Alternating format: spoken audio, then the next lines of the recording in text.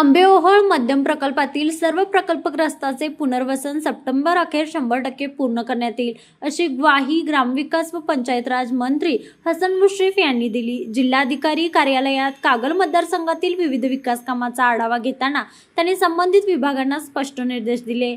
बैठकीस जिल्हाधिकारी डॉक्टर विजय राठोड, मुख्य कार्यकारी अधिकारी डॉक्टर जस्मीन समरजित सिंह घाटगे, पाटबंधारे विभागाचे अधीक्षक अभियंता चंद्रशेखर पाटोळे, विविध विभागाचे अधिकारी, राष्ट्रीय महामार्ग प्राधिकरणाचे अधिकारी, कंत्राटदार आणि ग्रामस्थ उपस्थित होते।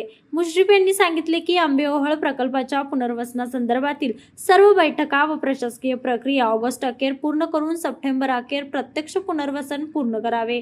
तसेच भूसंपादन आणि न्यायालयातील प्रलंबित प्रकरणे, भूखंड वाटप आणि इतर वैयक्तिक तक्रारीवरही तातडीने निर्णय घेण्याचे निर्देश दिले।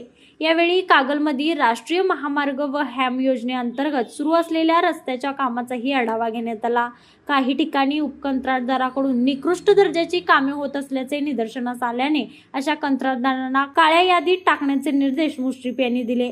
महामार्गावरील वाहतूक कोंडी, सांडपाणी निचरा, पुलाची उंची आणि पाणीपुरवठ्याच्या समस्येवर चर्चा करून येत्या गुरुवारी कागल नगरपालिकेत संबंधित अधिकारी, कंत्राटदार आणि नागरिकांची संयुक्त बैठक घेण्याचेही त्यांनी निर्देशित केले। लाईव्ह मराठीसाठी मुरगुडहून सर्जेराव भाट।